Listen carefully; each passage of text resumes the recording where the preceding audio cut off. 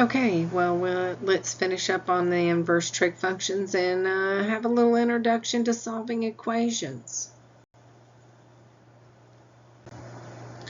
Okay, well, let's just start by solving some simple trig equations. These trig equations will be solved on the first quadrant, so nothing to really worry about there. Let's take a look. Just like with solving any equation at all, you have to get whatever you're going to have to apply a trick to solve isolated. So the first thing we're going to do here is we're going to divide both sides by 3. And so we'll wind up with arc sine of x is equal to pi over 3. And then what gets rid of an arc sine is a sine, and what we do to one side of the equation we do to the other, so we apply the inverse. So we have sine of this side equals sine of this side.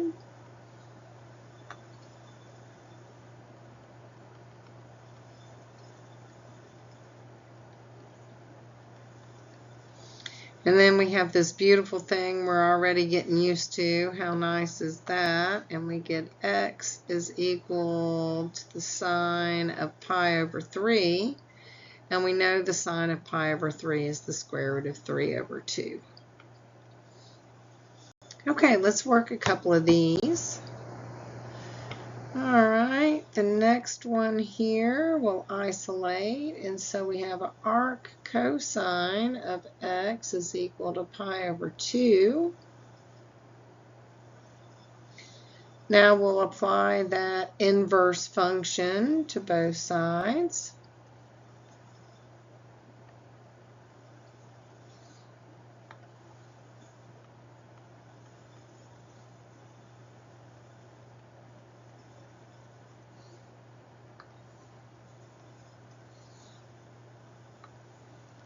We get x is equal to the cosine of pi over 2, and the cosine of pi over 2 is 0.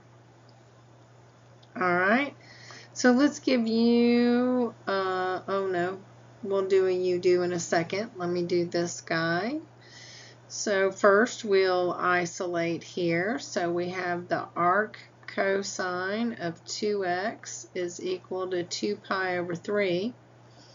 Now notice with this problem here we have an argument that isn't just x, but we move forward and ignore the fact that that argument is more than just x, and so we're going to apply the inverse function to both sides.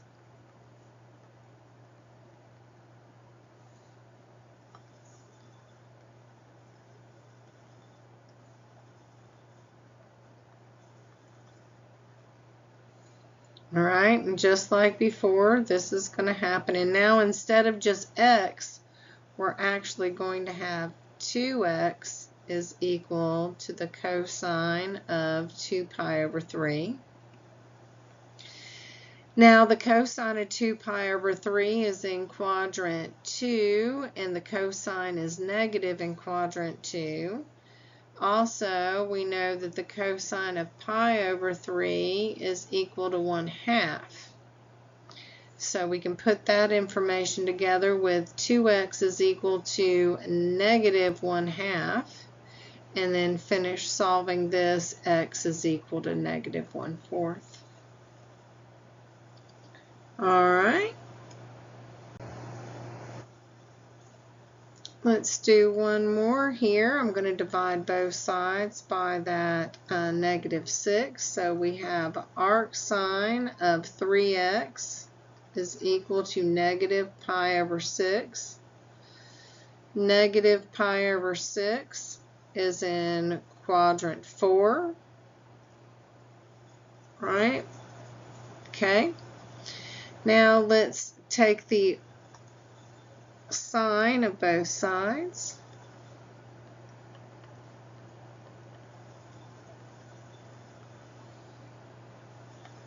here we have negative pi over 6. And here we have the arc sine of 3x. So these guys are going to cancel. We're going to get that 3x down here. And that's going to be equal to, and now we need to be a little bit careful here. Don't forget about the even odd function situation. So that's equal to negative sine of pi over 6. So we have 3x is equal to, and the negative sine of pi over 6, sine of pi over 6 is 1/2. So x is equal to negative 1/6. Okay, your time to shine. All right, let's give you a you-do here. I'm going to give you about a minute and a half.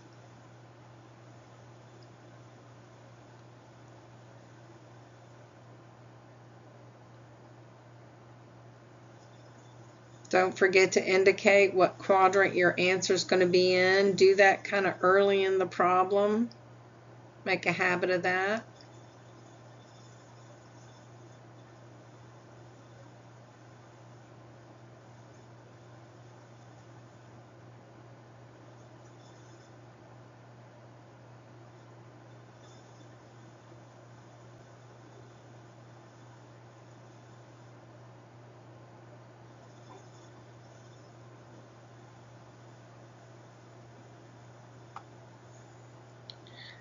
Okay, so we'll isolate that arctan.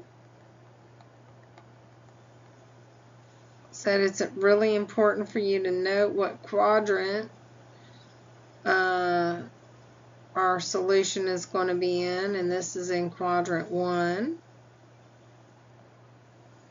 And now we'll finish this up by taking the tangent of both sides.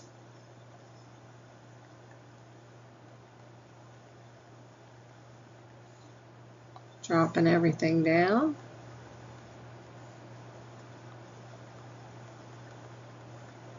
Little Christmas nightmare here. Alright, so we get x is equal to the tangent of pi over 3. And the tangent of pi over 3 is the square root of 3. Okay, I hope you did well. Alright.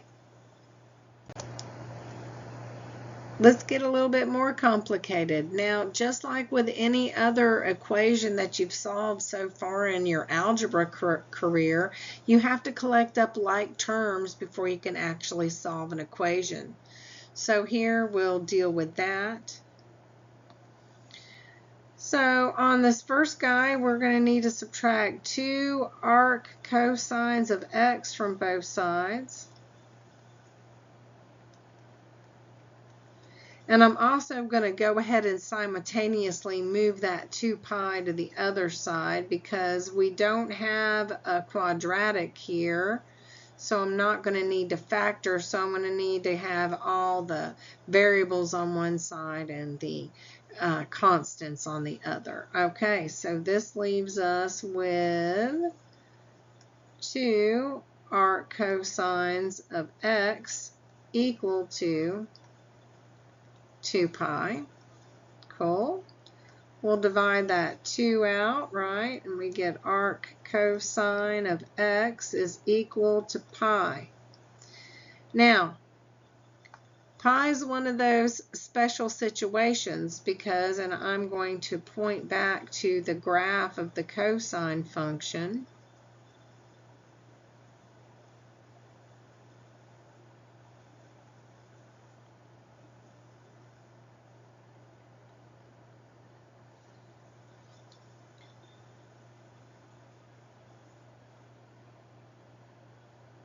Oh, that is irrelevant. Sorry. I've been dying to point this out, but I'll point it out when it's necessary. This doesn't really apply here. What are we going to do next? My bad. It's been a long day. It's very late. Not that that's an excuse, but it's actually not late. It's super early. in the morning. All right, let's drop everything in here.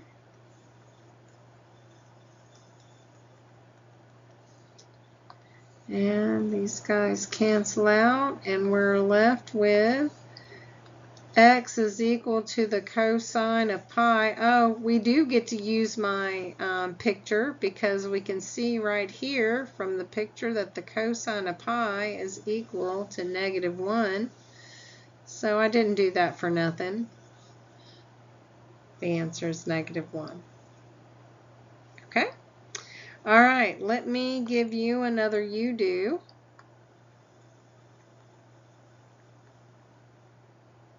Here you're going to have to bring everything together, move all the constants to the right, all the variables to the left, and work it out, and I'll give you about a minute to do so.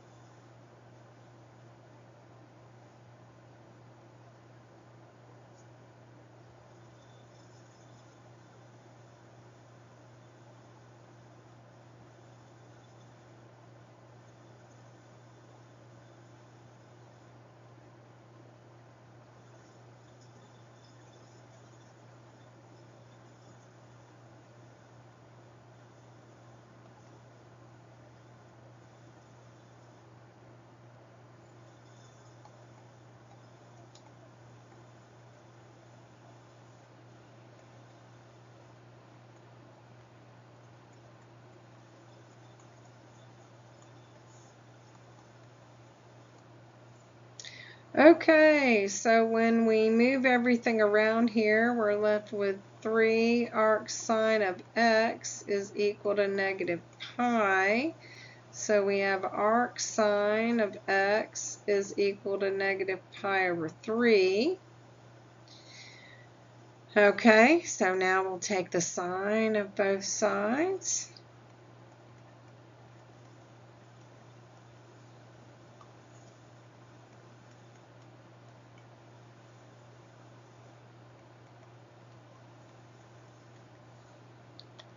These guys cancel. We're left with x is equal to, let's pull that negative out, negative sine of pi/3. So x is equal to negative, and the sine of pi/3 is the square root of 3/2. Okay. All right, well, let's look at the rest of the remaining inverse trig functions. We're left with cosecant, which arc cosecant, arc secant, and arc cotan. So I have those definitions given to you right here. I want you to notice, of course, for the secant and cosecant, that these domains are basically this. I'm going to write it like this.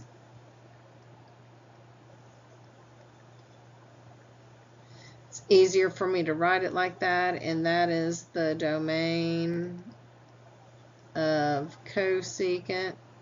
I mean, the range of cosecant. My bad.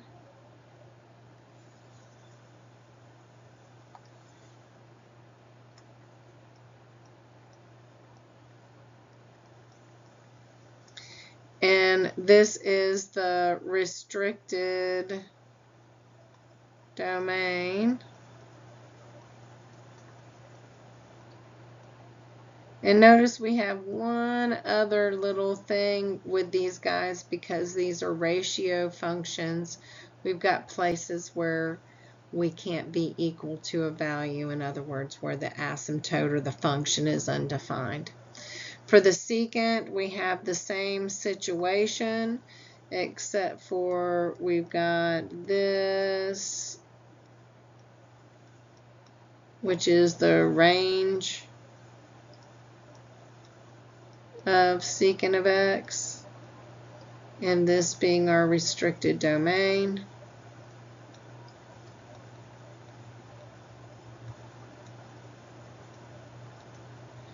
And then finally, for the cotan, same. The one thing I wanted to note on the cotan is this is the same as the secant and not the cosecant like the sine. So all of it just kind of flips around if you're trying to make relations in your head. All right, so let's find the exact value here. We need to keep in mind that we do need to call quadrants. The cosecant, let's look here, the cosecant's quadrants are from our Q1 and Q4. The secants is Q1 and Q2. And the cosecants are Q1 and Q2. So let's make note of that first. So we go here and look at this first problem, arc cosecant of -2. Well, first off, we see that this is going to have to be an angle from quadrant 4 because that guy is negative. Where's the cosecant equal to 2? Well, cosecant is 1 over sine, whereas the sine equal to 1/2. So we know that the sine of theta equals to 1/2. Oh, let me not write theta. Let's just write that the sine of pi over 6 equals to 1/2, and cosine or cosecant, let me see if I can quit making mistakes with my mouth. Cosecant of pi over 6 is equal to 2. Okay, so see how you don't have to know the cosecant, the secant, and tangent once you put to memory from making that table multiple times to set it into your head. But once you put it into memory, then you can be very portable with it and figure out everything else just by reasoning it without having to produce it or do any kind of math on it. So the cosecant of -2 in quadrant 4, we know that it's going to equal pi over 6, but in Q4, so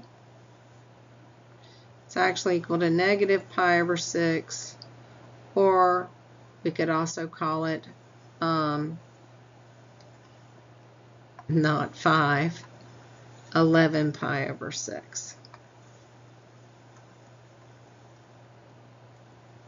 Remember that we get that from here, calling this 12 pi over 6 and this 6 pi over 6. So if we need to be in quadrant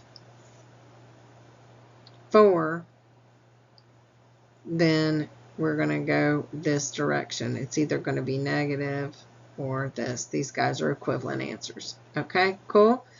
Let's do the next one. Arc secant of 1. Okay, so arc secant of 1. Where is the secant 1? Well, the secant is 1. First off, arc secant of 1, secant is between quadrant 1 and quadrant 2. This is a positive number, so we need quadrant 1 for our answer. Secant is 1 over cosine, and cosine of theta equals 1.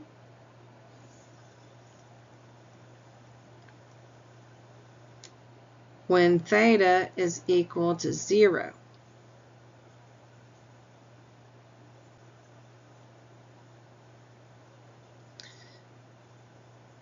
So secant, something just feels weird. Yeah. So arc secant of 1 occurs when theta is equal to 0. So the answer is 0. And that is a quadrant 1 angle.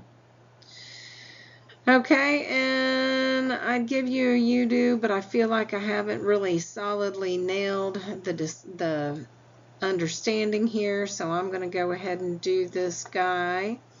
This is negative, and cotan is a quadrant 1 and quadrant 2, so this is going to have to be a quadrant 2 answer. Right? And cotan is 1 over tangent, so we want to know that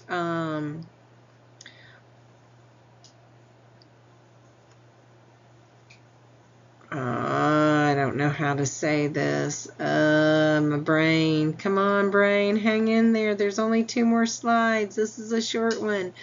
Okay. So we want to say tangent of pi over 3 is equal to the square root of 3. So cotan of the other angle, pi over 6, is equal to the square root of 3. Then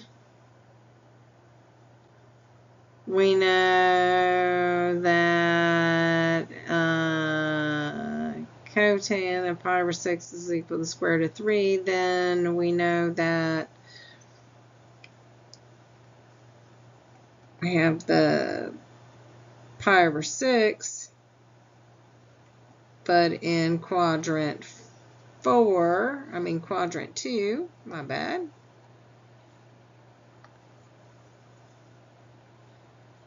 Okay, so we're back up here at quadrant at our pi over 6, and if we need quadrant 2, we need to subtract a pi over 6, so that's going to be 5 pi over 6.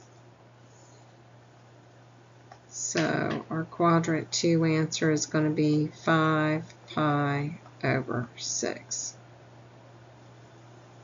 Okay, awesome. All right. Now, for the next thing, we're going to really kind of go back to our roots. We're going back to early kind of chapter 7 information here, and we're going to use the definition of what it means to be an arc tangent or an arc sine or an arc cosine. Okay, so here it wants us to find the exact value, but notice that our trig functions are different. So how do we do that? So first things first is we rewrite the arc function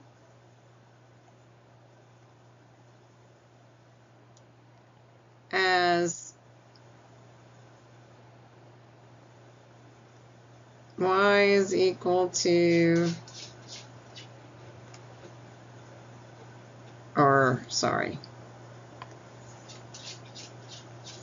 I was going to write it in general, so I'm going to say y is equal to tan of x.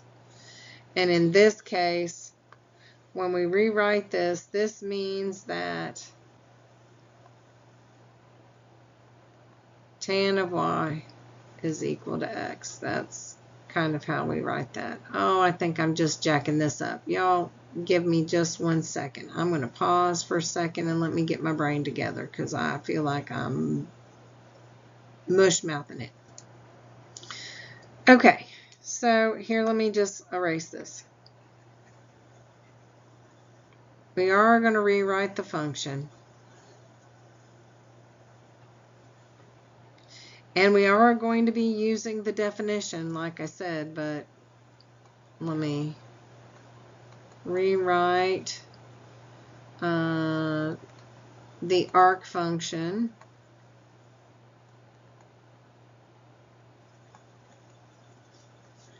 as this. We say theta is equal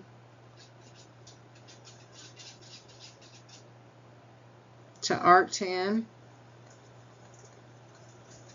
1/2. And now we're going to take the tangent of both sides. And so that means that the tangent of theta is equal to 1/2. Now we make our triangle.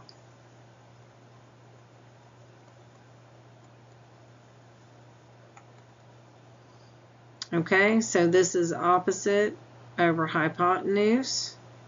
We need to figure out all of that kind of stuff. So I'm going to just draw me a triangle here real quick. Here's my theta. This is 1, 2, 1 squared plus 2 squared equals square. So 4 plus 1 is 5. So this is the square root of 5. And now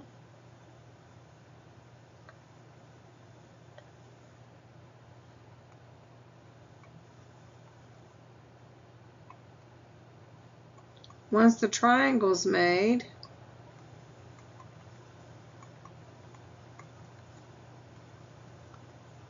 just find the value using the definition.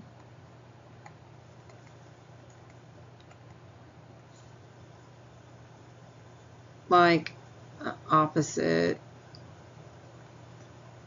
over hypotenuse, or opposite over adjacent. I mean, just whatever that is. So here we're looking for sine. So the sine here is going to be opposite over hypotenuse. So this is going to equal 1 over the square root of 5, which we know we can't leave like this, and when we clean it up, it is the square root of 5 over 5. All right, let's do another one. By the way, the second step was make the triangle, and the third step was find the value here. So let's try this guy. So we get to take from this information, we can say that theta is equal to the arc sine of negative 1/3. Okay, and now we want to take the sine of both sides, and so this is going to give us sine theta is equal to negative 1/3. And now we can make our triangle.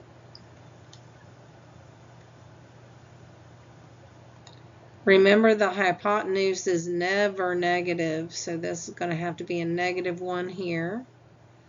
And we already have, oh, well, let's go ahead and work it out here. So we have 3 squared equals -1 squared plus we don't know squared. So we have 9 is equal to 1 plus I don't know squared. So I don't know squared is equal to 8. I don't know is equal to 2 square roots of 2. So now we've got everything there. We've made our triangle, and so now we can just find our answer. We're looking for the cosine, so that's going to be 2 square roots of 2 over 3. Okay, so working the problem's not that hard, but you do have to know all of these other little bitty details to get us there. Let me try one more here, and then I'll give you one to do. So let's look at this one. So here we're going to say, where I lost my pencil. There it is. Theta is equal to arc cosine of -1/3.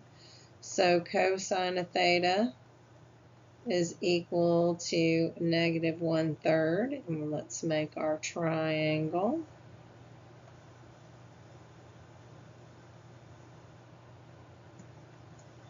Make that guy theta. This guy is going to be 3, and this is going to have to be a -1 because it's adjacent over hypotenuse. So 9 minus 1 is 8, so this is also 2 square roots of 2. Same as the last problem. And so now we can get our answer here. We're looking at tangent, so it is opposite over the adjacent.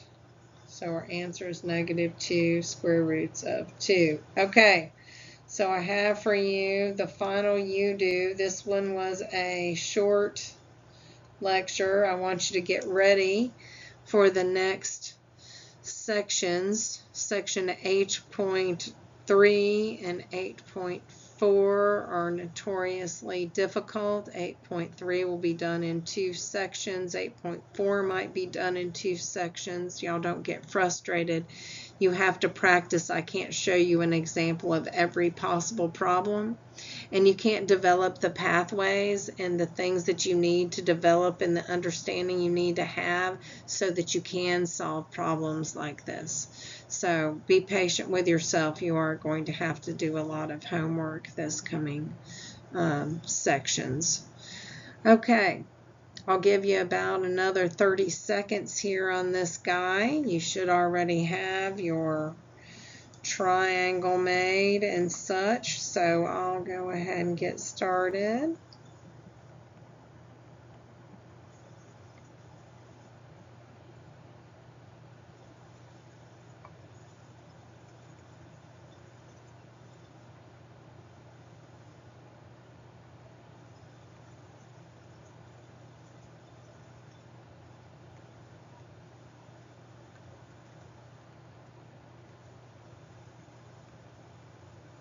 Okay, if I make the triangle here, this is what we've got. And then let's find the cotan. Remember, the cotan is, well, the tangent is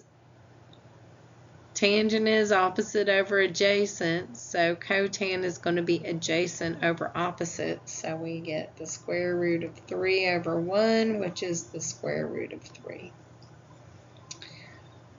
Okay, and wait a minute, I forgot about our negative sign here, and this guy needs a negative, so we need a negative, and we need a negative, and now we are done. You guys have a good evening.